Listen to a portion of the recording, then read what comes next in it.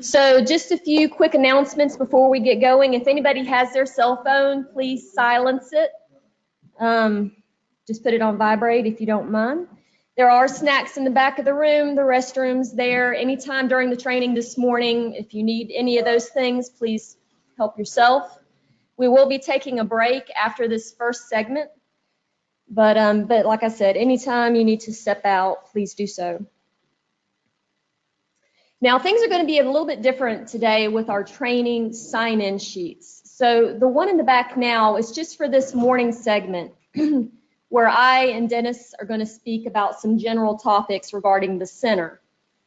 The other thing that's in the back is the sheet for this afternoon. Those of you that are pesticide handlers after lunch, there will be a video you need to come back and watch regarding pesticide equipment safety. So that one, don't sign it this morning, just wait till this afternoon when you do the training, sign the sheet. That is our record. Those that don't get that video today, I can email it to them so they can watch it on their own, or that can't come back on the 11th of April. That is when we're going to have our makeup day for those that can't be here today. The other thing that's different this year is UF Environmental Health and Safety had me pre-register everybody for this training so that they sent me these nice attendance sheets for each class, a separate one for each class. So today, as you're doing these trainings this morning, the hazardous waste management, hearing conservation, heat stress, and tractor safety, each class will have a separate sheet at the end of the class, sign the sheet. That is our record. Then I have to send those to Gainesville so that they can update your training record. I think that's all I've got. So we are ready for Dennis. It's you.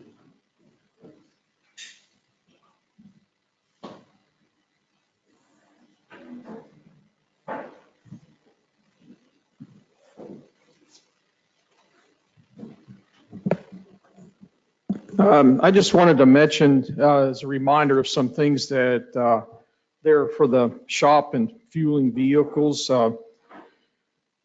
One thing I've added this year is the on the back of the page, for some of you who aren't familiar with the fuel fill up, is there's a the fuel shutoff switch, which is located near the back of the old shop, and I've included some pictures on that to help you identify that the fuel shutoff switch. In case like if you're fueling a vehicle and you can't get the nozzle to shut off, you just go to that corner of that building and push the yellow button, and that'll shut off the power to the fuel pumps.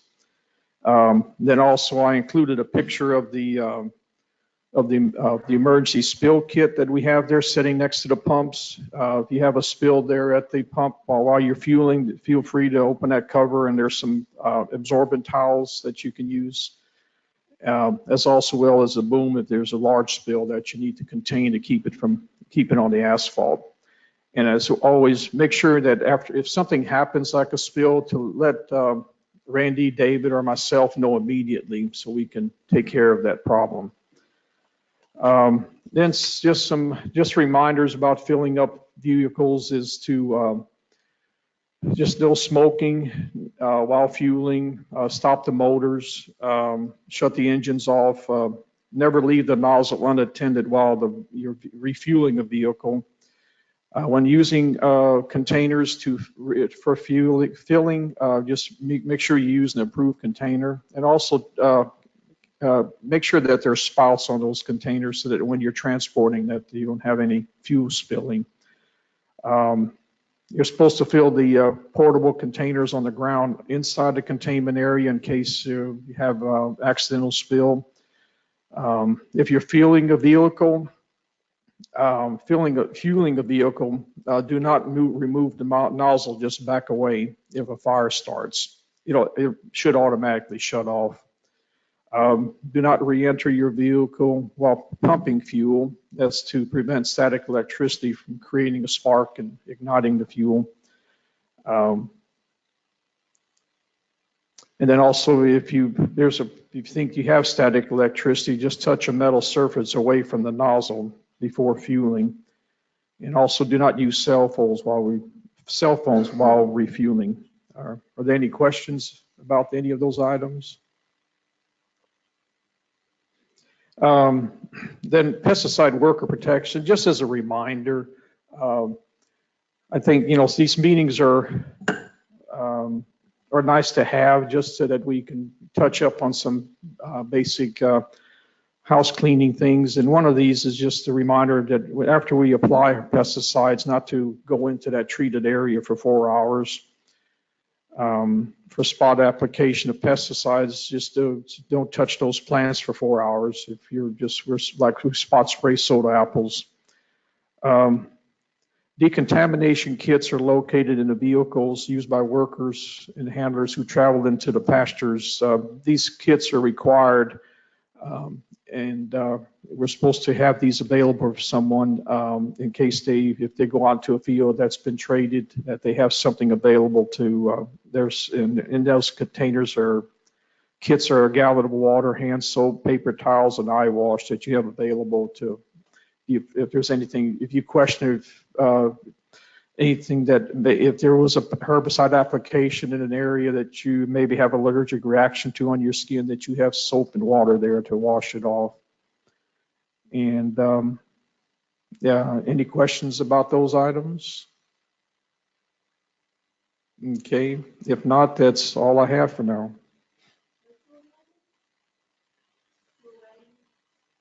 No, I didn't. Well, we can talk about that, about the tour wagons. Randy and I attended a farm managers meeting a few months ago, and one of the items addressed was about tour wagons. As far as we know, our tour wagons are fine, but there was an accident on a tour wagon. They're not sure how, but someone fell off and was seriously injured on a tour wagon, not in Florida, but in a different state at a different research facility. But anyway, so we just want to keep in mind, especially operators of tour wagons, just to be vigilant of the passengers. Ours are pretty good because we have railings or something where people have to get on and sit down. I think the accident happened where someone was sitting on a trailer or hay wagon, and they frown on using anything like a hay wagon any further for liability reasons, for people getting hurt, falling off. But our wagons, even someone has to get on the wagon and sit down, so not much of a chance of them falling out. We need to keep in mind to have radios, two-way radios, so the tractor operator needs to have one, and then someone on the trailer responsible needs to have one, so that there's direct contact between those two people in case the tractor needs to be stopped or something, but that someone can notify the operator immediately. I think that's about it as far as safety with the tour wagons.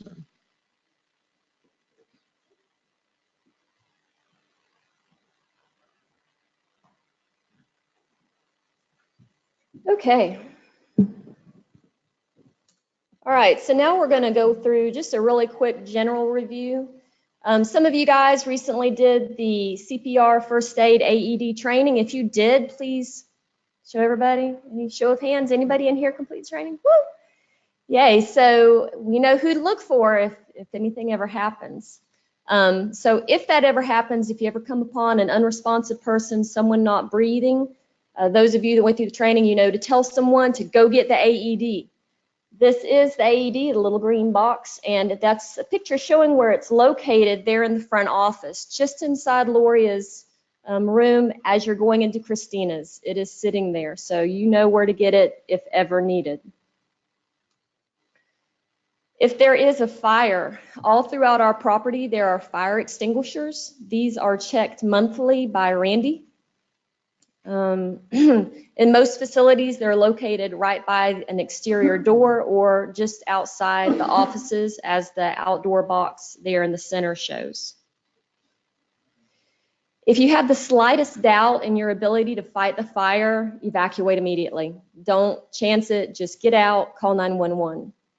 And then this is a simple criteria that if you can meet this criteria, then consider using the extinguisher to put it out. And that is 911 has been called, you've been trained in how to use a fire extinguisher, you have the proper one, and Randy, what we have is ABC, is that correct? So for the most part, what's there should work on most general fires.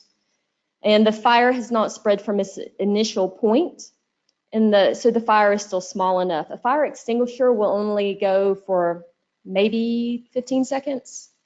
So it will literally, honestly, only work on a very small fire. And always don't attempt unless you can work at the fire with your back to an exit, so you can get out if you have to. This is the recommended use. Remember the acronym PASS, P-A-S-S.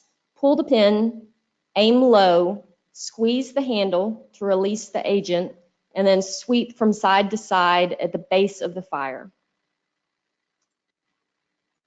We also have first aid kits. Every vehicle should have a first aid kit. Every lab has a first aid kit. And the one that you see open on the left is the larger unit that is over in the farm break room, and it has a very generous supply of different items. If you ever go to a kit and find that it's missing something that you need, please let me know and we'll make sure we get it filled. These kits are checked each April and restocked. What do? If you're injured on the job, be sure and tell somebody. Tell whoever it is you're working with, tell your supervisor, or at least tell Christina. If it's something that you need medical attention immediately, Christina is our workman's comp representative, and she will make sure that we get you to the doctor, we get you to the hospital, and we get you the care that you need. Also, all of you guys that have students or staff that work in the evening or on the weekend, please make sure that you have an SOP to address that type of work so that those students, those staff know what to do when they're here in the evening alone possibly, or they have to go to the field to do a check. Make sure they use the buddy system, make sure they have a phone with them, have a way to get a hold of someone if they are working alone and they need help. Okay, I have a volunteer going to help me with some demos. One of the things that you have is a handout on back safety 24/7. This is a publication put out by the University of Florida. It has some great tips and things for moving heavy items. And Julie is going to demonstrate today, instead of us watching her, she's got a really heavy box right there. And she's going to demonstrate how to do a safe lift from the floor and transfer the box to a waist level there at the table, and then move it back again. Okay, Julie is going to bend at the legs, grab the load, pull it into her core, and stand with her legs, and then move, pivoting her whole body, moving to the area and placing the box down. Now she's going to safely lift the box back to her core and pivot. And she's going to return the box safely to the floor by bending at the legs and releasing the box. Very good. Awesome. Okay. The other kind of lift that you may have to do is maybe a really light object. Okay, that wasn't the right lift. Okay, the other lift that they mentioned that you might need to do is called a golfer's lift. So if you have something really light that you need to pick up, okay, all right, but balance yourself on something and tilt at one leg to pick it up. Very good.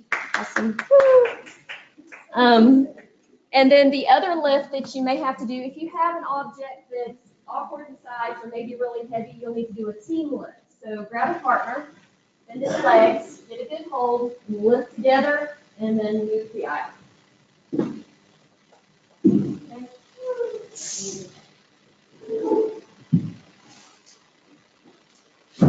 All right, very good. Awesome.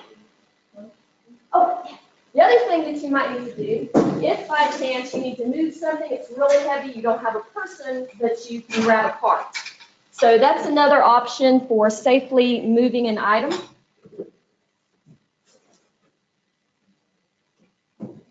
And the hand cart is located in where the ice machine is. I'm sure everybody probably already knew that. And if you ever notice any problems with the hand cart, because it's a little wonky right now, let Randy know.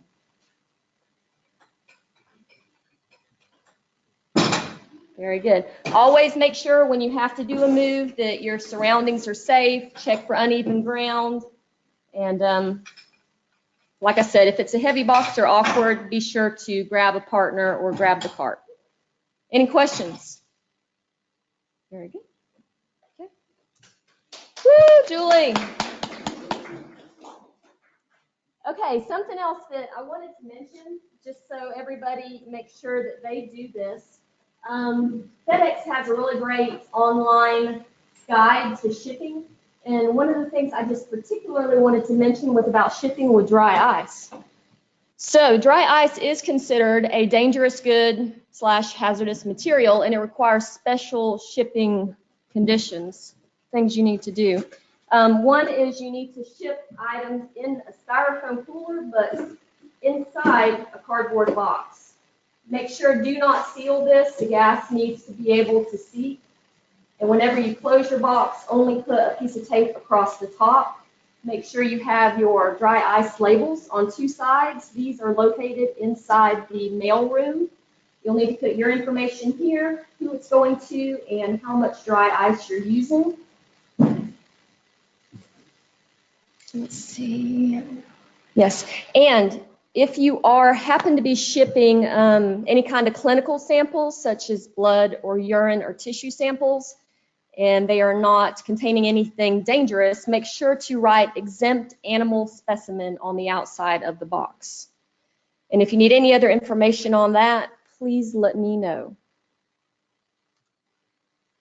Conference room use. Who can tell me where the binder is if you need to use a conference room to make a reservation? Where is it located? In Loria's office. Loria is the keeper of the books. So if you ever need to use a meeting room and you want to make sure that it's available when you need it, be sure to reserve that room. We have this room, Grazing Lands Education Building. We have the Cattlemen's Conference Room, which is off the Soil and Water Science Lab. And then the new building has the Graduate Student Collaboration Room. And those rooms can be reserved for anything, a group meeting, if you need to use the IT equipment or anything. Please make sure, another big thing that's been a kind of a concern, when you use those facilities, at each keyboard there is the username and the password for the computer. All 3 computers are the same. Bill set them up, and if you want to be able to use that system with all the tools and the settings that Bill has established, log in with that username and password, not your Gator link, not like normal. And if there's ever any problems with those systems, please let me know. And whenever you're done with the room, the only thing in here that you would turn off is the projector. Everywhere else, leave the computers on, leave the TV on. They will go to sleep on their own in just a short time, but keep them on. If you happen to have refreshments in the room, please take out the trash, clean up the table, tidy the room up, make sure and turn the lights off. The lights in the Cattlemen's Conference Room are a little tricky because you have the slide, and then you have to push the button. You have to make sure they go completely off. The lights in the ceiling are really, really expensive. So it's very important that they get turned off all the way so that also we're saving energy. And always make sure and lock the doors. At the end of the workday, please make sure and close up your areas. I come in really early, and sometimes I've noticed some of the storage room doors open, which is really not good. I mean, we're really blessed to be in the middle of nowhere, and for the most part, we haven't had any bad people out here that would do harm. And we don't want critters going into buildings either. Also the barn. Make sure the barn doors are all closed up so we can't have any unwelcome visitors coming in to help themselves to the feed. So make sure those things are closed up, locked up. Turn off all your lights, lock your doors. If you do have your window open during the day, make sure you close it all the way down so it clicks, so that way nobody can come and just slide your door open and come in. A few upcoming safety-related events to keep in mind. As usual, our annual pickup for chemical and universal waste is in the summer. Usually gather up everything in June, have it picked up in July. So please take time, those of you that do have labs, have chemicals, make sure and go through your inventory. Anything that's expired, anything that's just a little bit left over, probably not going to use it, clean it out, take it over to the central accumulation area so that we can get it picked up. We really want to limit our chemical storage. Biomedical training, as always, will be in August. Those of you that take that training, you know who you are. And then hearing screening by Melissa Crowder, our environmental health and safety representative, will be in August. That will also likely be the time that she does our lab walkthroughs. And usually we communicate, get a date set up, and I'll let you know so you can make sure you're ready for her visit. So now we're gonna, do I have any questions on the first part? Great. All right, now we're gonna move on to severe weather stuff, particularly thunderstorms. So thunderstorms, they would include lightning, heavy rain, strong wind. Some lightning facts. Lightning is known as, Florida is known as the lightning capital of the US. Our state ranks #1 in lightning-related deaths. And lightning can strike from as far away as 10 miles from a storm. So although you might think, the storm's way off, please be careful when you're working out in the field. I mean, whatever you're doing, if the storm is somewhat close, just go ahead and get in your vehicle and wait it out, or go in and take a break and come back and finish up. So sometimes these storms gather up and they form a tropical depression. Tropical depression will have a central circulation and sustained winds up to 38 miles per hour. Once it increases in strength, anything over 39 becomes a tropical storm. Then they are named. These are the names for 2019. And I haven't heard any predictions on this year's season, so I don't know how it's going to be, but we should all be prepared. So anything over 74 miles per hour then is a hurricane. And this is a really nice graph showing the different categories, 1 through 5, along with their wind speed, potential damage, and storm surge. The peak of our season, is shown here, is in September. And luckily last year we were very blessed that we didn't have any damage, any storms. However, in 1960 we had Hurricane Donna, is this graphic here on the left, and then Hurricane Charlie in 2004. And also that year we had Hurricane Francis and Jean, all within a short period of time. It was a very traumatic time. Those of you that weren't here, you're lucky you weren't here. And then most recently in 2017, we had Hurricane Irma, which, similar to the others' paths, took it in very close proximity to us, giving a greater level of damage to the east side of Hardy County and Highlands County. Here we had some limbs down, not too significant wind damage, a few trees down, and then we had a lot of rain. I think there was around 9 inches or so within 24 hours. So there was a great significant amount of flooding, including Goose Pond Road was underwater for probably about 5 days or so. It was passable, not in a really low car, but it was significant. So what we need to do is we need to have a plan, and we do have a plan here at the center, what to do, how we prepare, what we're going to do if a storm hits, and then clean up after. You also need to have a plan for your home. In the packet of resources, the Hardy County Emergency Management provided a bunch of different handouts. That's what you see there. There's some really cool stuff in there about what you should have in your kit regarding if you're going to stay home with your family. If you're in a low-lying area, could possibly flood, you may need to evacuate. If you're over on the coast, you might be asked to evacuate. So depending on what your circumstance is, you need to have a plan, be ready to go.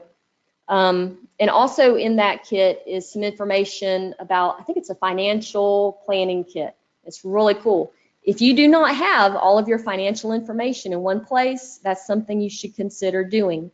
The kit has different information for your bank accounts, insurance, photocopies of birth certificates, marriage licenses, and stuff like that, just so you can know what you should have should a disaster strike.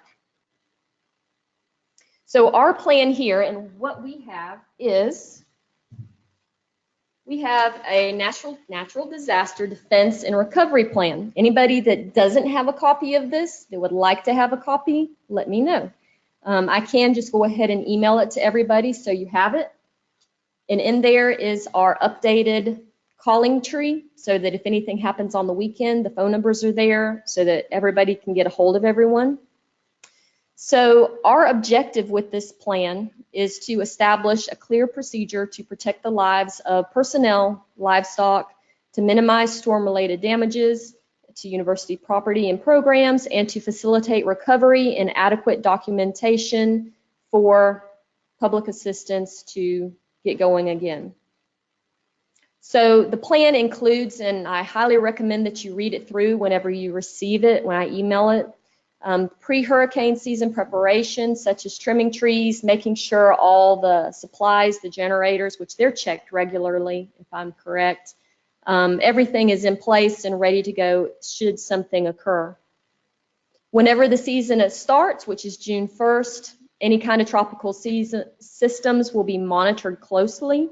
Should it look like we're going to have an impact, 24 to 48 hours before, we'll start making preparations in the labs, offices, livestock may be moved to interior pastures, gates might be shut, vehicles are fueled and moved to an open area wherever Dennis designates, usually in an open area, and they're parked all together. Equipment, materials outside that might be loose or strapped down. We've never had to relocate students, but if that is a possibility, then we would see that students are somewhere safe, and everyone is usually released to go home and make their own preparations.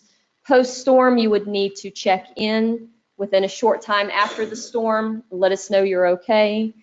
There is a personal status report form that would be passed around for folks if they need any help with their home or anything, so that we can know what's going on with your situation so that we can help you adequately. The damages will be assessed, and then there'll be a meeting of supervisors and then reassignment of everybody to recover. So I've been here a long time. I've never seen a tornado, but they are possible. And so if a tornado does occur, you should seek shelter inside of a solid structure, specifically in a room with no windows. So in this building, probably the best place to get would be the bathrooms. Go in the bathrooms, lock the door. That's what you should do if you can get there. If you find yourself in the field and you can't, don't take shelter inside of a vehicle. Find a low-lying area, a ditch, and get down in the bottom of the ditch. And they say to grip your fingers into the soil and hang on. Should the storm come over you, you're supposed to hang on. These are some really good weather resources. I think everybody pretty much has their favorite go-to for radar views and tropical weather monitoring. So these are ones that you might want to consider. Okay, so that's it for weather safety. Now we're going to do something new this year. So hopefully we never will have this happen here, but it seems this is more and more frequent of having a shooter. And so each of us here at the center, for the center, as well as you personally with your family, wherever you're at, if you're at a festival, if you're at the movies, if you're in the mall, wherever you are, you should really always be aware of your surroundings. And definitely, if you see something, you should say something to the authorities. This is a pretty quick video on YouTube that was done for the city of Houston that really depicts very well suggestions on how to proceed if this occurs in your workplace. So let me see, it might take me a moment to make this go.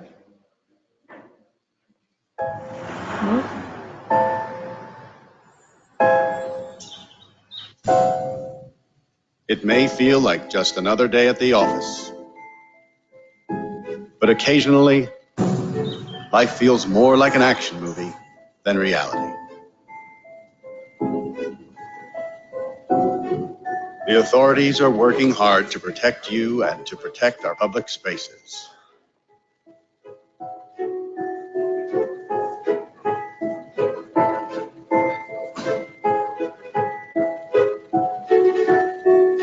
But sometimes bad people do bad things.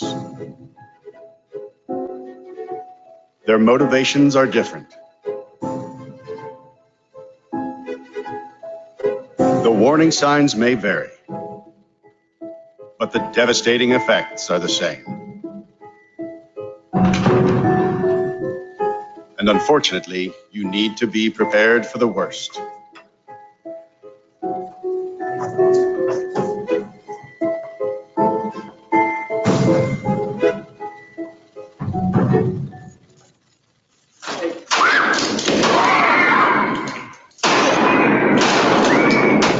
If you were ever to find yourself in the middle of an active shooter event, your survival may depend on whether or not you have a plan. The plan doesn't have to be complicated. There are 3 things you could do that make a difference. Run, hide, fight. First and foremost, if you can get out, do. Always try and escape or evacuate, even when others insist on staying. Encourage others to leave with you, but don't let them slow you down with indecision. Remember what's important, you, not your stuff. Leave your belongings behind and try to find a way to get out safely. Trying to get yourself out of harm's way needs to be your #1 priority. Once you are out of the line of fire, try to prevent others from walking into the danger zone and call 911.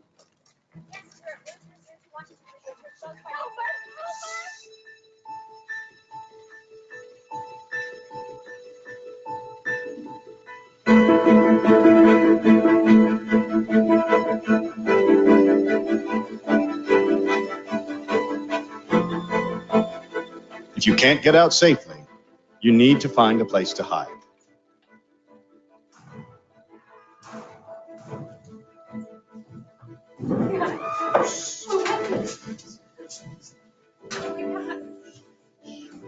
Act quickly and quietly.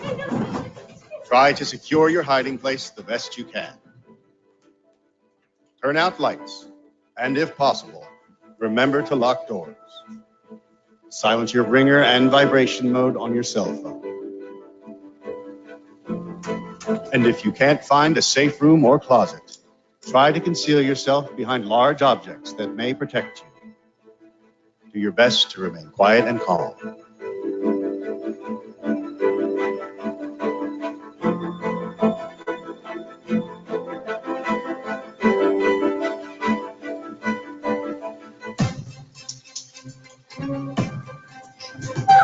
As a last resort, if your life is at risk, whether you are alone or working together as a group, fight. Act with aggression. Improvise weapons. Disarm him. And commit to taking the shooter down, no matter what.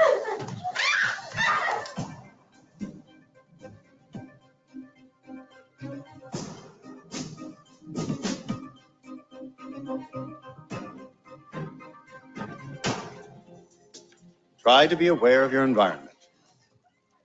Always have an exit plan. Know that in an incident like this, victims are generally chosen randomly. The event is unpredictable and may evolve quickly. The first responders on the scene are not there to evacuate or tend to the injured. They are well trained and are there to stop the shooter.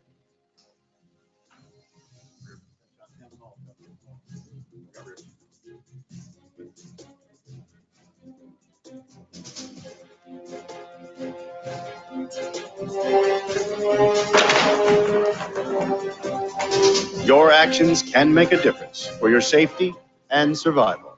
Be aware and be prepared. And if you find yourself facing an active shooter, there are 3 key things you need to remember to survive. Run, hide, fight. Okay, so with that in mind, always be mindful, not fearful.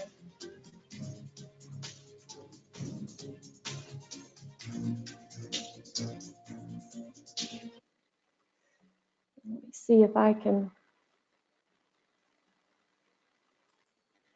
transition back. Okay, so if you see something, say something. Now, to kind of change our direction, let's always remember that every day we have so much to be thankful for. This is a quick, very quick video that was put out this past Christmas that just really speaks volumes to how blessed we are, particularly to be living here in the U.S. I mean, there's a lot of things we take for granted every day that are truly blessings. So let's see if this will work.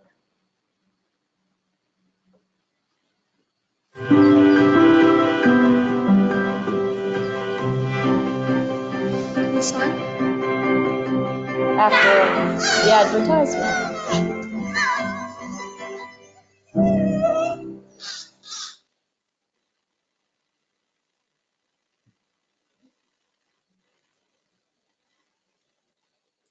Oops. Okay. Now I got it play. So how many of you guys know life is a gift? I'm alive. To wake up is a blessing. Yeah. Oh, yeah. Hey, Christine, you're here too. I love you. I know. Dad, what's happening? Honey, the power works. It's coming. It goes on and off whenever we want. We've got clean water.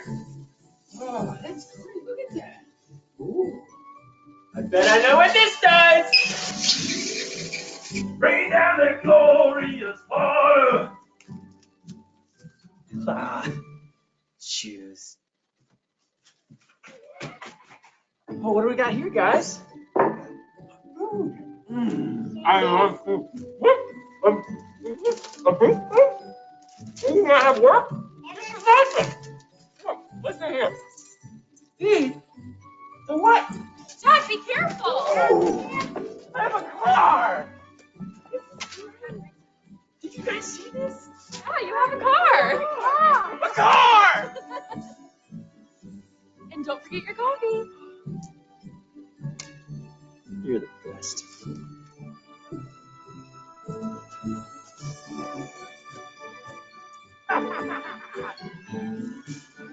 Okay, so we have a lot to be thankful for. Let me see. Pause. Pause. Okay. All right. So now let me get back to the PowerPoint.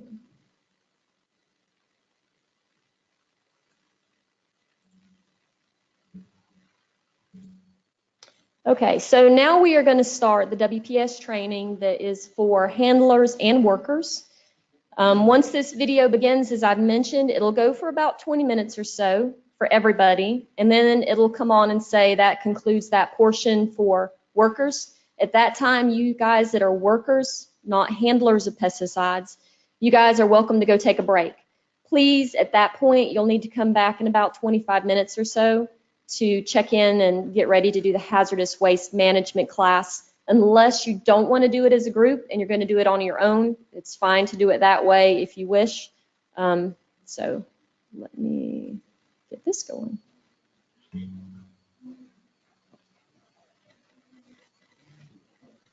All right, let me make this large. Very good. Okay, all right, so please give ear to this. This presentation will tell you what to expect from your employer and discuss steps to protect you from exposure to pesticides and their residues at your work site. EPA has approved this material for training workers and handlers on pesticide safety in accordance with the 2015 Worker Protection Standard expanded training content. The approval number is EPA Worker and Handler PST 00022. Trainers must provide the training as required by the revisions to the 2015 Worker Protection Standard Rule. Trainers must adhere to the training administration requirements from the 2015 Worker Protection Standard. It is the responsibility of your employer to provide you with information about and protections from potential risks from pesticides when you are working in areas where pesticides are being used and pesticide residues may be found. By completing this pesticide safety training, you and your employer will be in compliance with the annual training requirements of the Worker Protection Standard Regulation, often referred to as WPS. This training will inform you of ways to minimize your exposure to pesticides and reduce your risk of being injured or made ill, and ways you can protect your family too. If you have any questions during this presentation, make sure to ask your employer or whoever is presenting this information. You will be trained today as either a worker or a handler. A worker is a person who is employed, including self-employed, on an agricultural establishment and is doing work such as harvesting, weeding, pruning, or irrigating for the production of agricultural plants on farms, forests, and in nurseries or enclosed space production areas, such as greenhouses. Your employer must not ask or direct workers to mix, load, or apply pesticides. Handlers are employed to mix, load, or apply agricultural pesticides, assist with the pesticide application, dispose of pesticides or opened pesticide containers that have not been cleaned, handle opened containers of pesticides when emptying, triple rinsing, or cleaning pesticide containers according to pesticide product labeling, clean, adjust, handle, or repair the parts of mixing, loading, or pesticide application equipment that may contain pesticide residues, and work as a flagger. Handlers also perform other tasks in direct contact with pesticides. Handlers must be at least 18 years old. Workers should never be asked or directed to mix, load, or apply pesticides or to assist in their application without the proper training and protection as a pesticide handler. Please note that pesticide handlers under the WPS are different than Iowa certified handlers. Under the WPS, handlers are employed to mix, load, transfer, or apply agricultural pesticides. Iowa certified handlers cannot apply pesticides. Handlers work directly with pesticides. Workers do not. However, since workers may work in recently treated fields or near areas where handlers mix, load, apply, or store pesticides, both workers and handlers need to know what pesticides are and when they might come in contact with them. The word pesticide is a general term used to describe a substance or mixture that kills a pest or prevents or reduces the damage a pest may cause. Pests can be insects, mice, or other animals, unwanted plants such as weeds, fungi, bacteria, or viruses. Examples of pesticides include herbicides, insecticides, and fungicides. They are effective and safe when used properly. However, if used improperly, they can harm people and the environment. Pesticides can be found in different forms, including liquids, dusts, and granules, gases like fumigants, or as a residue. A pesticide residue is what is left after a plant or surface has been treated. Residues are not usually visible and can remain on a plant many days after spraying. The contact you have with a pesticide or pesticide residue is called pesticide exposure. You may be exposed to pesticide residues found in or on soil and treated plants, and tractors, sprayers, and other application equipment. You may also come into contact with pesticide residues on work clothing, shoes, and used personal protective equipment, also called PPE, and in pesticide mixing and loading areas. You may also find pesticides in the air as dust or vapors, or when a nearby pesticide application spreads beyond the application site. This is called drift. If you are working in a field where someone is applying a pesticide, or if a pesticide from a nearby application is drifting into your work area, leave the area and tell your supervisor immediately. Pesticides may also be found in irrigation water as a result of pesticide runoff or chemigation. Chemigation is the use of irrigation water to apply pesticides to soils and crops. Because of this, you should never use irrigation water for drinking or washing. Pesticides can enter your body through your mouth, nose, eyes, and skin. The majority of the reported cases of agricultural pesticide exposure involve skin exposure. This happens when your skin comes in direct contact with treated plants, soil, irrigation water, farming equipment, dirty hands, and dirty work clothing. This could appear as a rash or redness, blisters, and other skin irritations.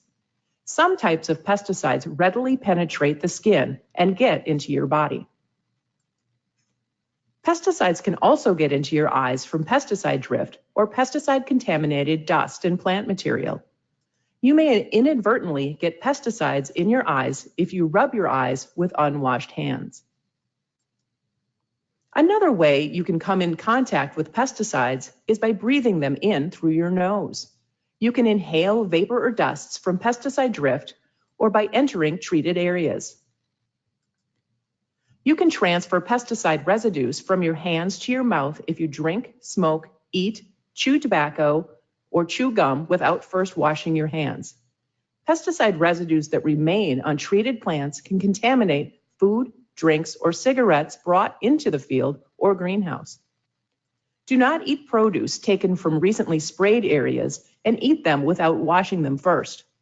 Also, do not eat or drink from any container used for pesticides, even if it has been washed, and do not drink irrigation water. Some people may be harmed by exposure to pesticides more than others. Exposure to some types of pesticides may be immediate, or the illness or injury may appear at some later time. These illnesses or injuries can be serious and could result in lost work time and require medical treatment. Acute effects happen quickly during or after the exposure. Delayed effects may take time to develop after an exposure. Chronic effects are the result of exposures over a long period of time, perhaps as long as 10 to 20 years. These exposures can be very small amounts that are taken in by the body and add up over the years.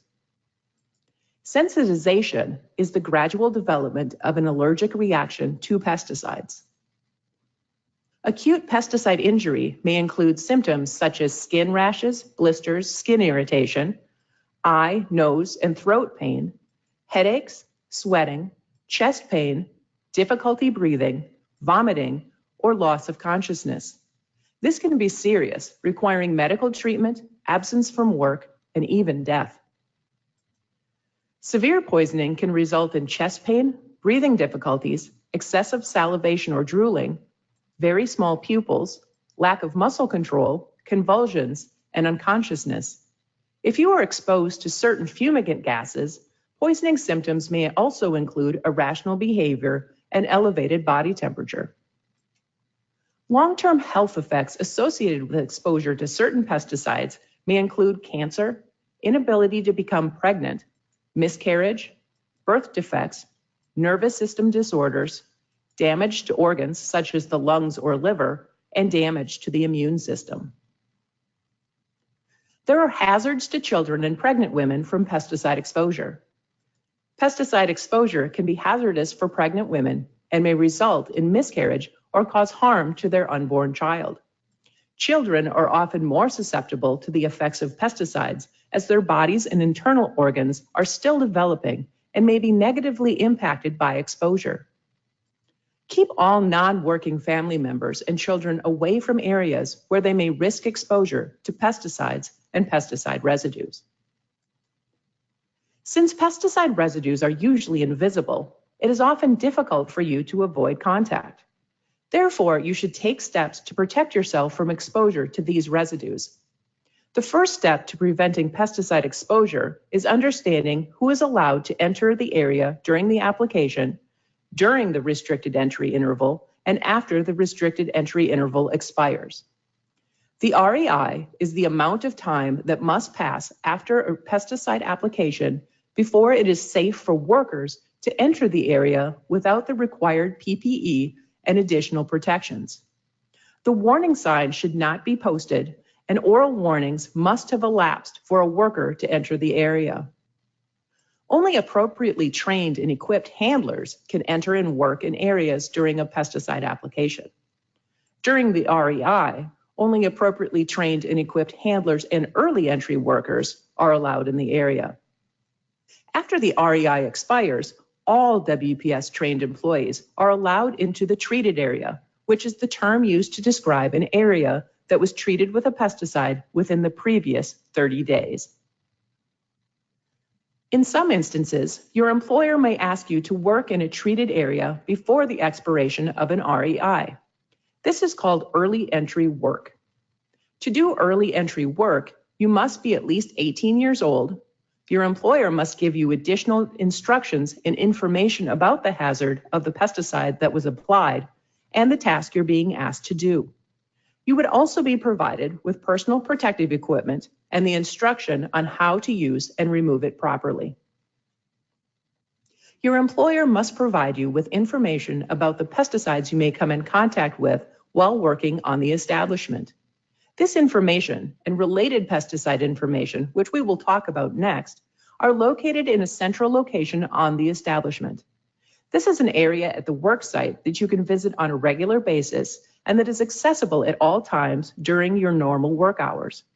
Your employer must tell you where that central location is, and you must have access to it so you can refer to the information on it. Your employer will provide information about pesticide safety, the emergency contact, pesticide regulatory agency contacts, and pesticide applications at the central location. Also at the central location, your employer will provide basic pesticide safety information on ways to reduce your exposure to pesticides and pesticide residues, as well as the name, phone number, and address of the nearest medical facility in case of a medical emergency. Contact information for the local pesticide regulatory agency will also be listed. In Iowa, the local regulatory agency is the Iowa Department of Agriculture and Land Stewardship. At the central location, your employer will provide written information on pesticides that have been applied at your work site. This includes the length of the restricted entry interval.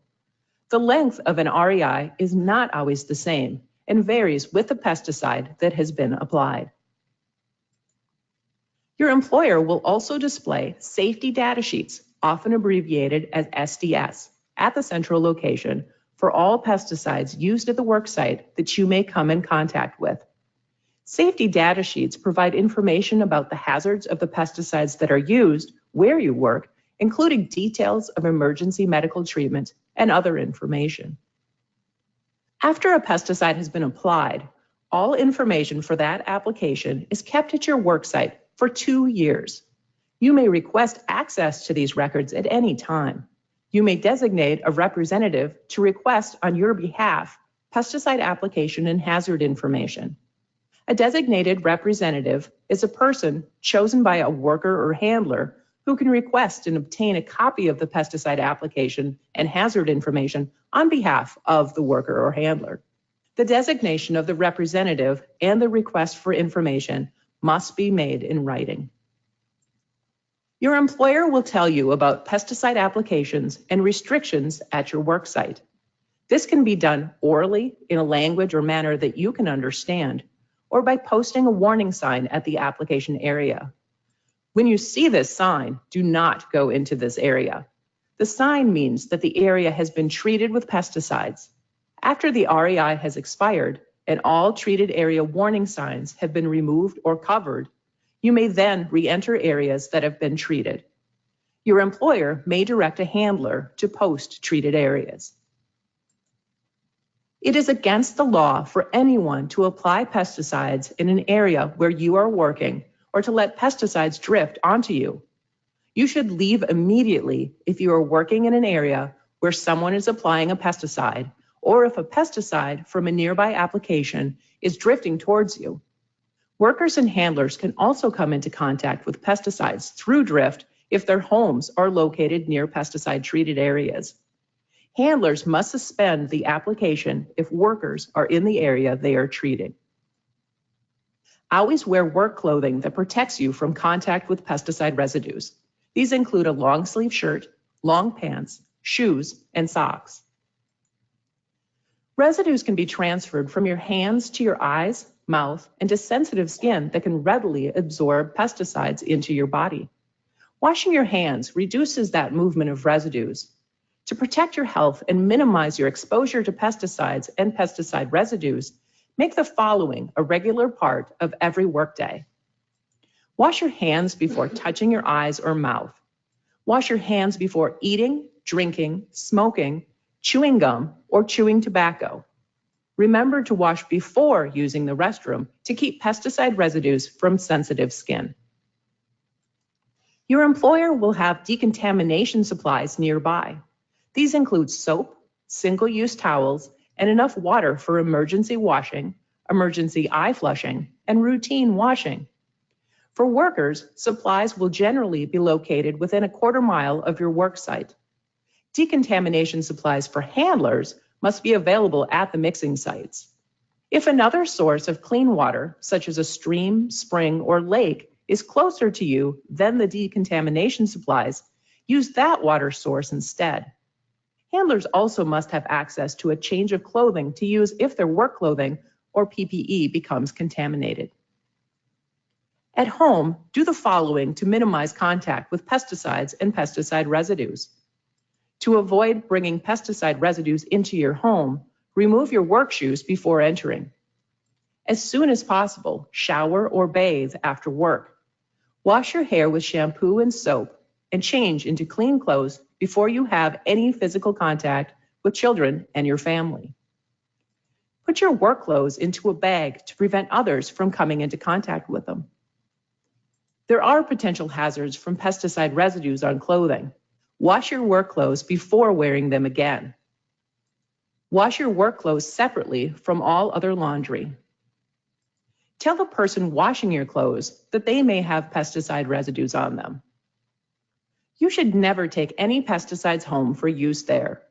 Pesticides used at your work are not intended for use in your home and present risks to you and your family. Never take pesticide containers home, even if empty and rinsed. A pesticide container is never completely free of pesticide residues and can never be safely used for any other purpose. It is dangerous and illegal to pour pesticides from their original containers into any other container that does not have the original label, including food or beverage containers.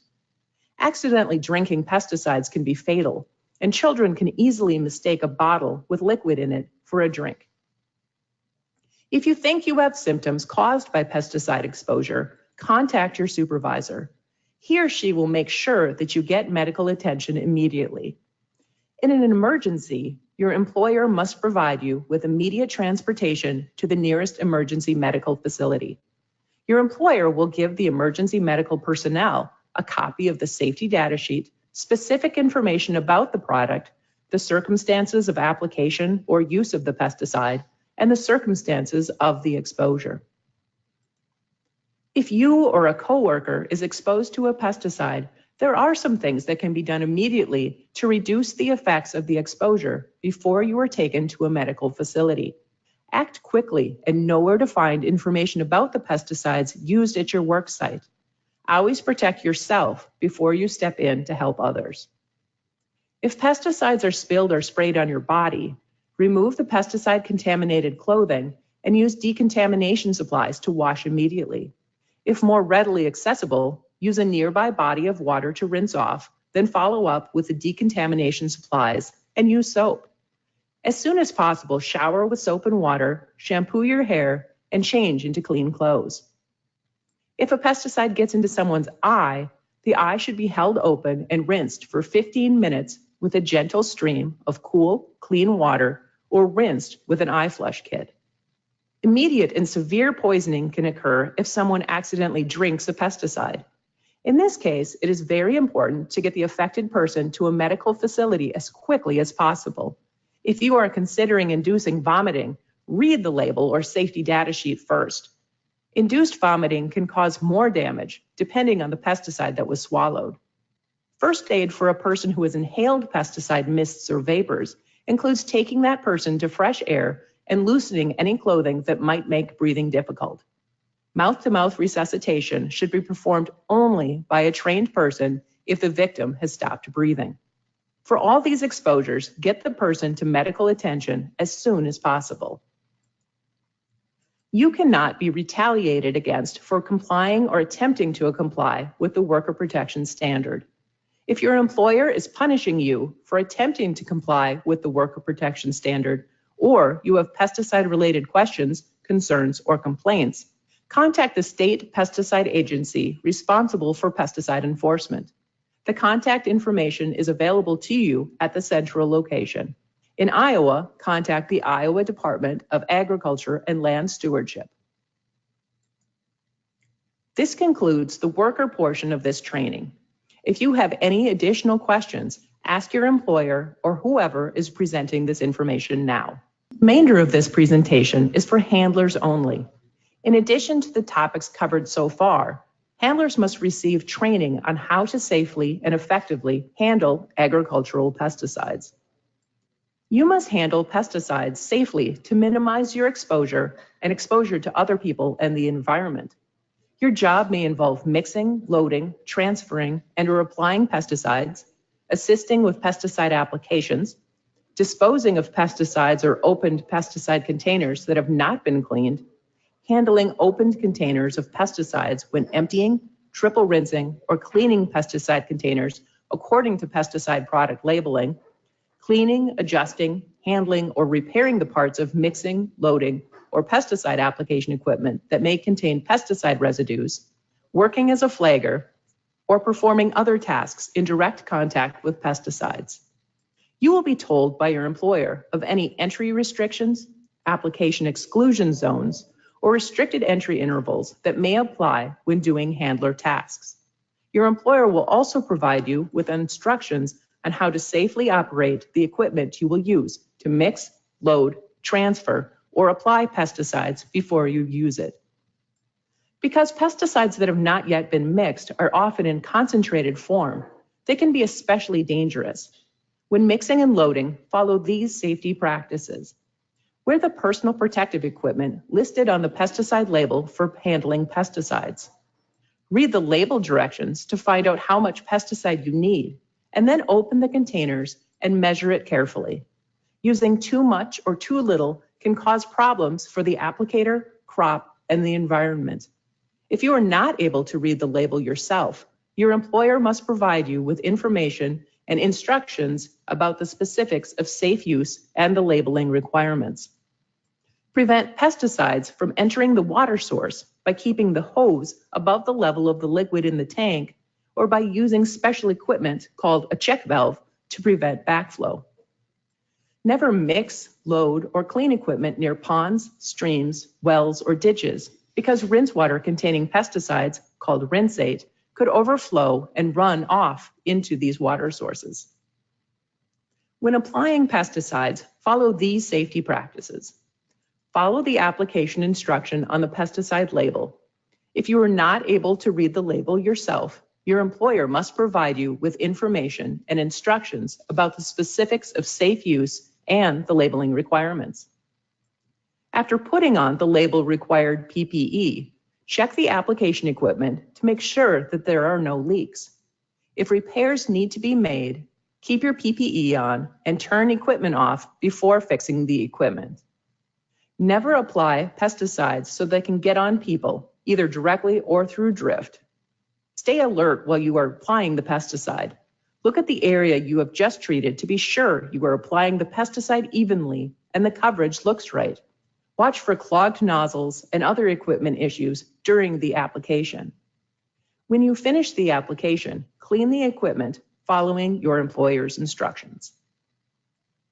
When transporting pesticides, especially containers that have already been opened, always do the following.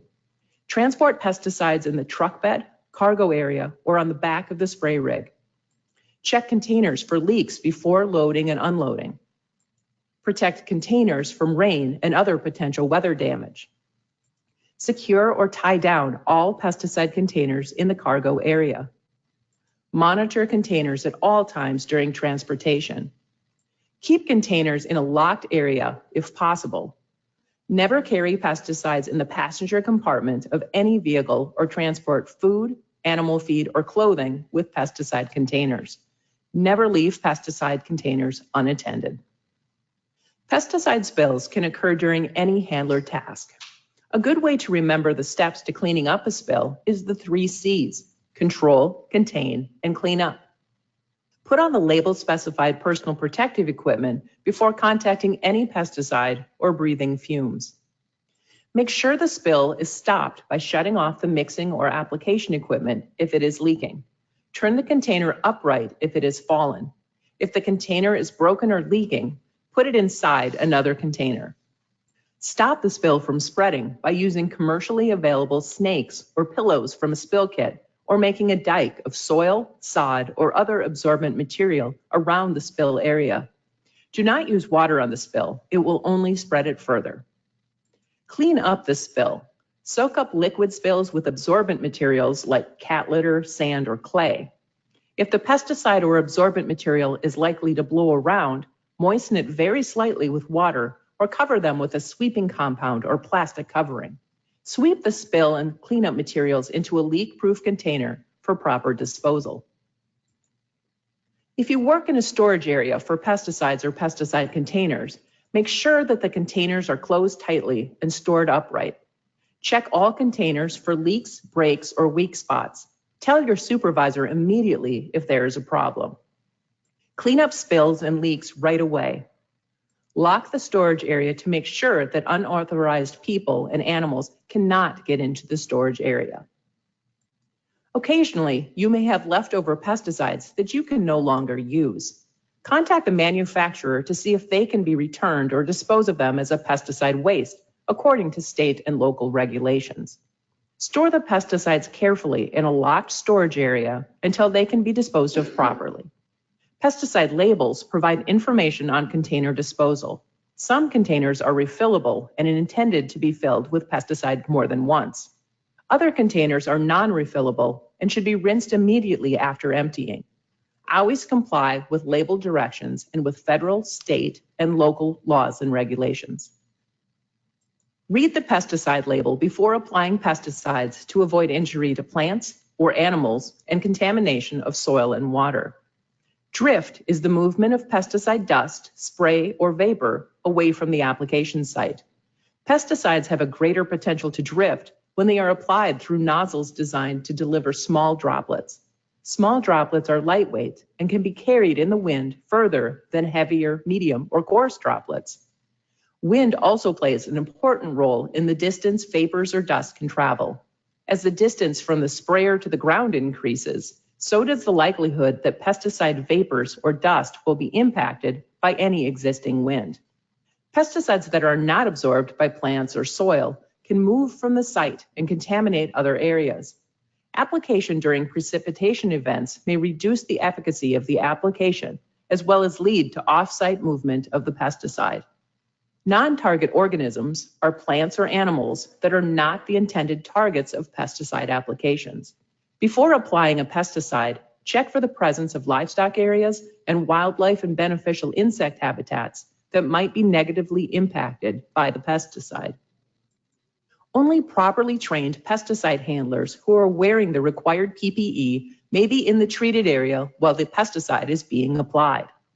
You must not apply pesticides in a manner that results in contact with workers or other persons. To prevent pesticide exposure, workers and other persons are restricted from entering an application exclusion zone, or AEZ, when pesticide applications are taking place.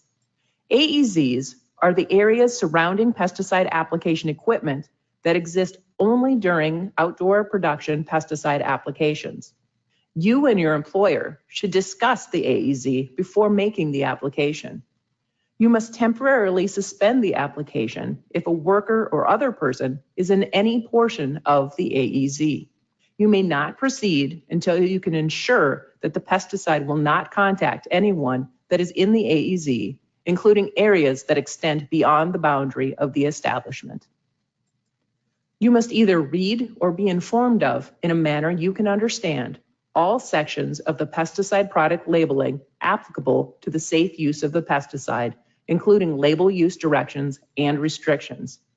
The product label is the most important part of the pesticide packaging. Again, you must follow the portions of the labeling applicable to the safe use of the pesticide. The labeling will be available to you at all times during handler activities. The pesticide label has a number of sections that you should be familiar with. The brand name of the pesticide is found at the top of the first page of the label. Do not choose a pesticide product by brand name alone. Many companies use the same basic name with only minor variations to designate entirely different pesticide chemicals. Below the brand name is the listing of the active ingredients that control the pest. Pesticide products with similar brand names may contain different active ingredients or different percentages of active ingredients. The EPA registration number for the product is also found on the front page of the label. EPA registration numbers indicate that the pesticide product has been registered and the label approved by the EPA. The signal words, caution, warning, or danger, indicate how toxic the product is based on its acute toxicity. Signal words are found in large type on every pesticide label. Pesticides that are highly toxic if they are inhaled, swallowed, or come in contact with the skin will contain a picture of a skull and crossbones and the words danger and poison on the label. Danger products are highly toxic. Pesticides with the warning signal word are moderately toxic. The signal word caution means those pesticides are slightly toxic. The first aid section lists what you should do if you swallow or inhale the pesticide or get it on your skin or in your eyes. The label pictured here clearly states that inducing vomiting is the correct treatment if the product is swallowed, but it is critical to refer to the label or safety data sheet in case of an emergency to be very sure. The precautionary statements provide information about how to protect yourself and sensitive areas and organisms from exposure. Precautionary statements indicate ways in which the pesticide may be particularly hazardous to people and animals, the environment, and physical and chemical hazards. The required personal protective equipment for handlers is included in this section. The directions for use section lists information on mixing, loading, application, storage, and disposal. These directions must be followed to ensure safe and effective use. The agricultural use requirements section is specific to the worker protection standard. It states that the pesticide can only be used in accordance with its labeling and with the WPS. It contains the restricted entry interval and PPE requirements for early entry workers.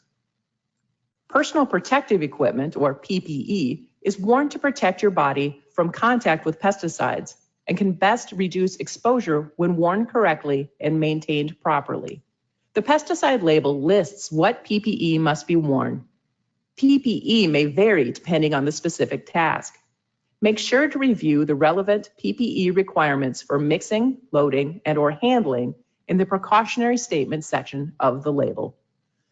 Your employer must provide you with the PPE for the job that you will be doing. PPE must be provided in clean and operating condition, and employers must make sure it is worn correctly. Inspect your PPE before each day of use and repair or dispose of any damaged PPE. When taking off PPE, be careful not to get pesticides on your skin or inner clothing. Wash the outside of your gloves while you are still wearing them. If possible, keep your gloves on while taking off any other PPE. Touch the outsides of the PPE as little as possible when removing it. Wash your hands, face, and any other exposed skin. Use lots of soap and water. Do not wear home or take home PPE that you have used. It is the responsibility of your employer to do the following. At the end of the day, clean PPE before reuse. All clean PPE must be either dried thoroughly before being stored or must be put in a well-ventilated place to dry. PPE must be stored separately from work clothing and apart from pesticide-contaminated areas. Do not store PPE in the pesticide storage area. Any contaminated PPE must be kept separate and washed separately from any other clothing or laundry. Any person who cleans or launders PPE at the establishment must be told that it may be contaminated with pesticides, about the potential harmful effects of exposure to pesticides, and the correct ways to handle and clean it to protect themselves from exposure. Your employer may direct you to complete these tasks. Before you work with a pesticide that requires respiratory protection, your employer must make sure that you participate in a medical evaluation, respirator fit testing, and respirator use and maintenance training. You must be cleared by a licensed healthcare professional before you can wear the respirator. Based on your answers to a confidential medical history questionnaire, a physician or medical professional may require that you schedule a follow-up visit or provide additional information to determine if you are physically able to use a respirator. If you are given medical clearance, your employer must make sure that the respirator that you will use fits properly. The respirator must be fit tested at least annually. Once you are medically cleared, you must receive training at least annually on how to properly use, store, and care for your respirator. If the weather is warm or hot and you are wearing PPE, be aware of heat stress. You can get very sick if your body gets too hot. Many symptoms of heat illness are similar to symptoms of pesticide poisoning. You may feel tired and weak, have a headache, feel sick to your stomach, and get dizzy. If you're not sure what is making you ill, get help right away. Get out of the direct sunlight and away from pesticides if possible. If you suspect that someone has severe heat illness, it is very important to cool the person down as quickly as possible and get the person to a doctor right away. If you are new to the job or the weather suddenly becomes much hotter, you may need to adjust gradually to working in the heat. Drink plenty of water before, during, and after work. This concludes the handler training. If you have any questions about what has been discussed, please ask those questions now.